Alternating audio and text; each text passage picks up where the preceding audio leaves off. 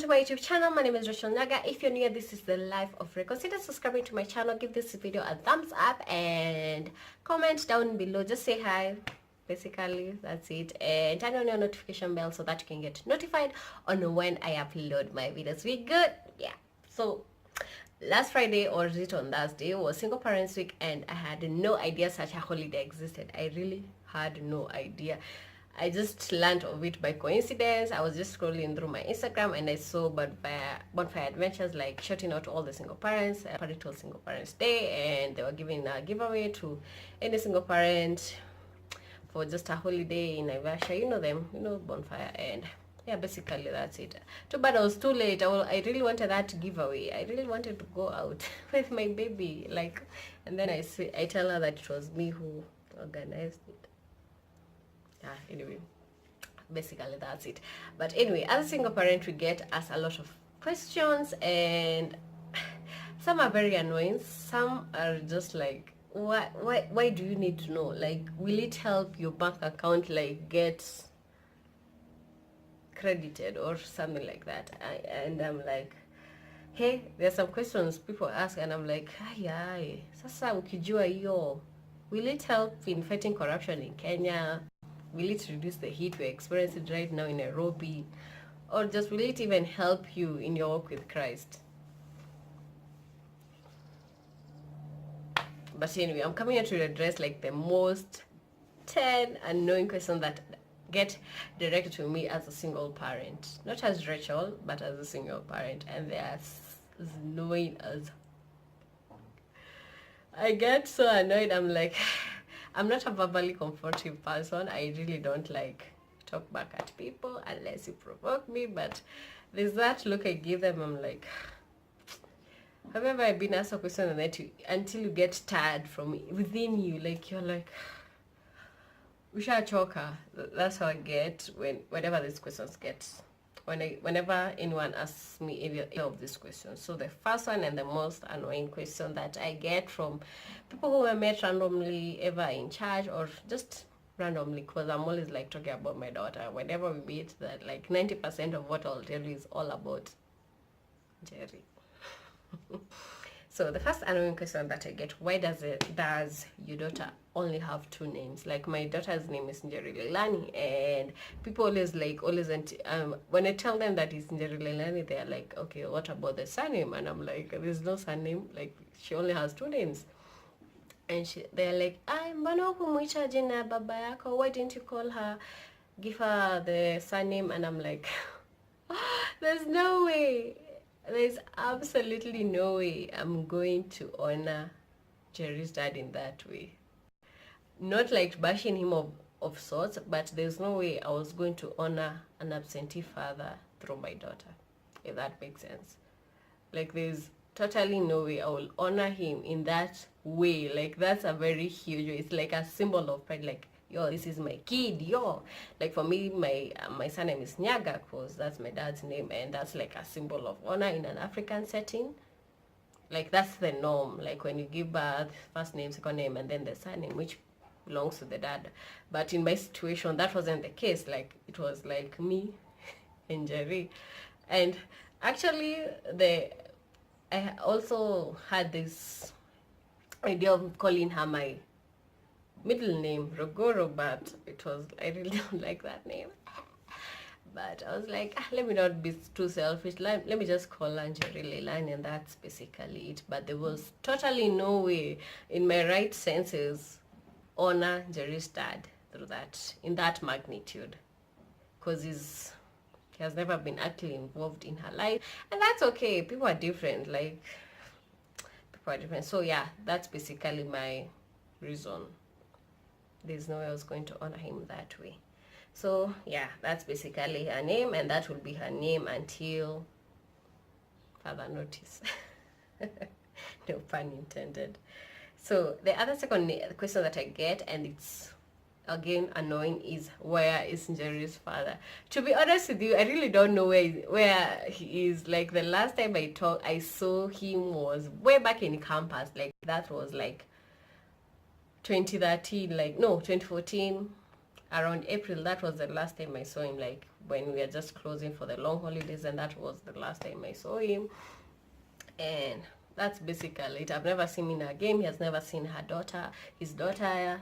He has never approached me to see his daughter or anything. He has never been actively involved in Jerry's life. So I really don't know. The last I know, he either lives in Kisumu. I don't know. To be honest, sijui pali yako, simtafutangi. Sijui. Imagine sijui. It's weird. But I really don't know where he is. So the other question is, utafutia Njeri brother? People and pangains people lives. Watu wanajua kupangia mtu maisha, like, hey, sasa. I'm not a baby making machine. I just got pregnant and that was just a once-off thing. And yes, do I want to get other babies? Yeah, definitely. I really do. But there's no way I'm going just to be like, oh, tafutia Njeri brother. Okay, kuja, nipate mtu. There's no way. Like, right now I just want to live life taking care of Njeri in the best way I can before, like, thinking of another kid. But anyway, the societal pressure is real. Like, people ask you, wewe usikae sana, pata mwingine, hata usigoje, siku hizi hata watu wanangi, like, society. Kwanza in saloons, you get asked very weird question and you're like, so ushuke nywele, kweli nimekuja hapa counseling. Anyway, there's kabrother katakam, but not anytime soon. And obviously, the other kids will come in the context of marriage. So that's it. That, don't ask me to tafutia Njeri brother or sister. It's so annoying. And the other question, the fourth question, is, when are you getting married? It normally comes as, why didn't you get married to Njeri's father? I'm like, hey, we were only 20s. We're in our early 20s. Like, I was 20, he was, I think, 20 as well. Or, I don't know. He was older. Hata sijui. Guy. I really didn't even bother. It was a very, honestly, sexual relationship. And we didn't even, like, connect in a way that I want to know more about you, or he wants to know more. It was purely sexual, honestly. So there's no way, there was no foundation to that relationship that would have warranted me to, like, be like, oh, I can settle down with this guy and form a family or sort of a thing. And when I was too young, there was no way I was thinking about marriage at my 20s. Like, there was no way I was thinking about settling down, like having a hubby of some sort. Could be to, like, it will have been a come we stay, not like a marriage ring on my finger kind of arrangement. And I wasn't, like, feeling that vibe. So there was no way I was going to get married to him, because the basis of that foundation and the dynamics of that relationship, I mean, were just like shaky, and yeah. So there was no way I was going to get married to him or him get married to me, because we both knew, like, you know, you're in a relationship where both know that this one is going nowhere. I was in such a relationship with, yeah. So there was no way of trying to, like, fight for it or trying to push it into the marriage context. It was just baseless. So that's why I never got married to Njeri's father. So the other question is, what this one, like, gets me ukundani, it crushes me, like, it squeezes me a lot, and that is, mbona hamfanani na Njeri? Why don't you look like a kid? Like, honestly, okay, honestly, I really don't look like my baby, or Njeri doesn't look like me. She looks more like her father, and it's so annoying. It's so annoying. Like, she has features, like maybe the eyes are similar to mine, my lips and hers are but similar, but everything else is like a combination of the dad, my sister, one of my sisters, and my mom. Like me, I'm just like that.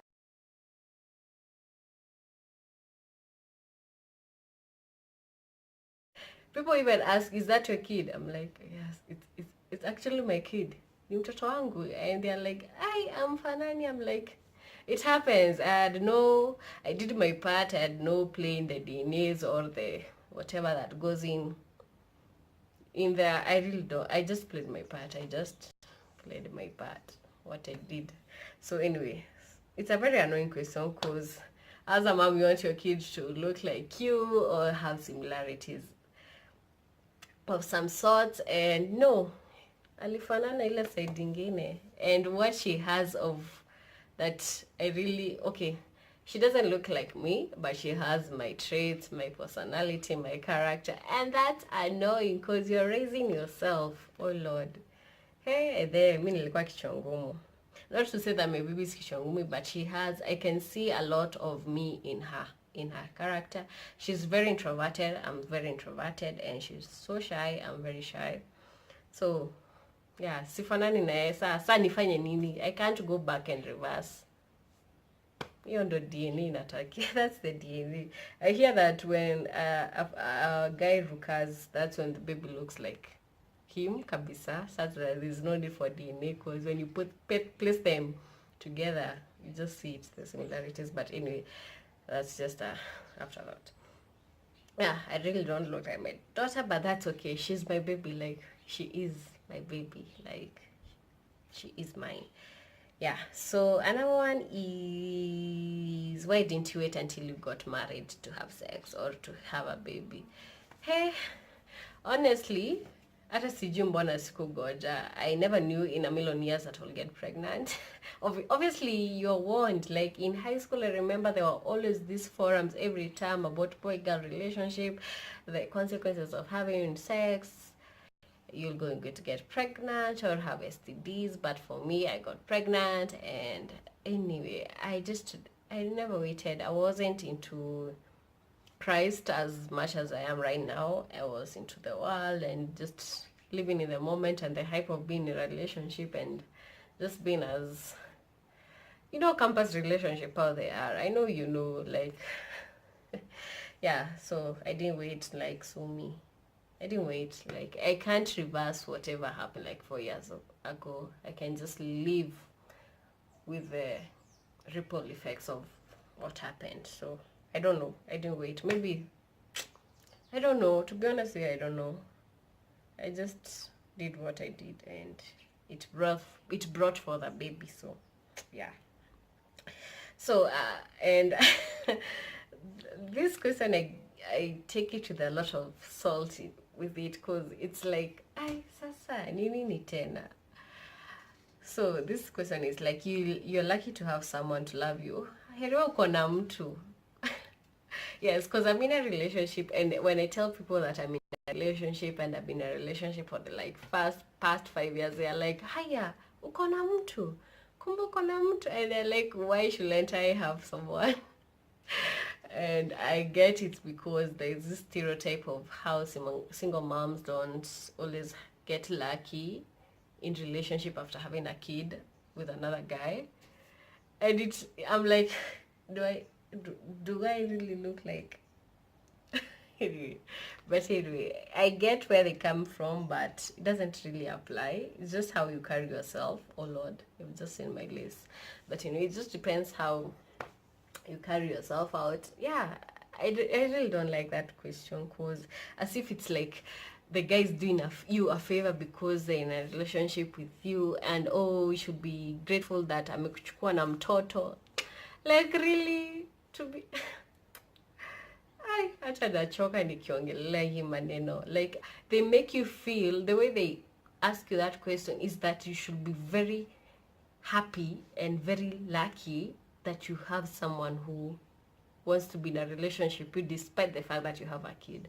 Like, as if it's like when you have a kid outside marriage or with another past relationship, that you're not entitled to have happiness, to be in love, to be loved by someone. As if you should nyenyekea and just wait for any Tom, Dick and Harry who, like, no, we are not that desperate. But imagine we are okay. We are so okay. And that question gets combined with this other question, like, usichague sana, mtu yote tu atakusalimia, we salimika tu. And this happens a lot with my, those friends of yours who are much older, but wale tu wa salon, your friends from salon, those hairdressers or the shopkeepers who know you from way back, and it's just like, yeah, they're playful in the way, but the way they put it as if like you're so lucky you have someone, because guys do not like date girls with kids or anything like that. And they normally put it as, guys don't like take chicks with baggage. I'm like, what are you referring to as baggage? You calling my kid baggage? Like, that is a life, like a precious gift from God. Who are you calling? Hey, I get so fired up, but anyway, it's all good. I understand them. I understand that like thinking, because not everybody thinks like you do, but it kind of is annoying at the same time. Like, usichague sana. Haya, uko na mtu, you're so lucky to have someone. Yeah, unajua siku hizi hawatakangi watoto, watakangi wana. I'm like, really? Like, honestly, it's so annoying. Yeah, kwani we are disqualified from love just because we were in a previous relationship, brought forth a kid that didn't work. Like, anyway, ni sawa tu, endeleeni tu kutuliza hizi maswali.